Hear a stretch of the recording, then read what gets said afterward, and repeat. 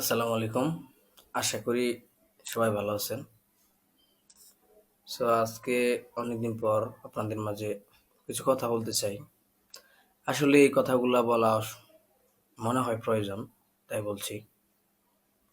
এই পৃথিবীতে সবাই স্বার্থপর, সেটা আপনার যে কেউ হতে পারে।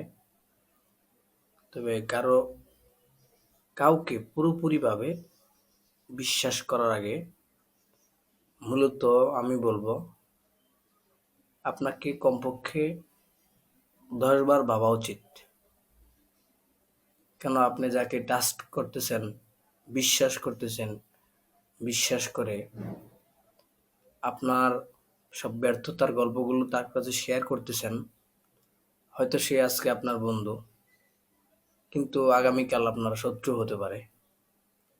সেই সময়টাতে হয়তো আপনার যেই সময়ের কথাগুলো তার সাথে শেয়ার করেছেন, সেগুলো হয়তো সে আপনার দুর্বল সময়ে সে হয়তো আপনার দুর্বল জায়গায় আঘাত করতে পারে। তাই আপনি কাউকে বিশ্বাস করার আগে তাকে 100% আমার মনে হয় যেটা কমপক্ষে 10 বার ভাবা উচিত। আপনার কি মনে হয়?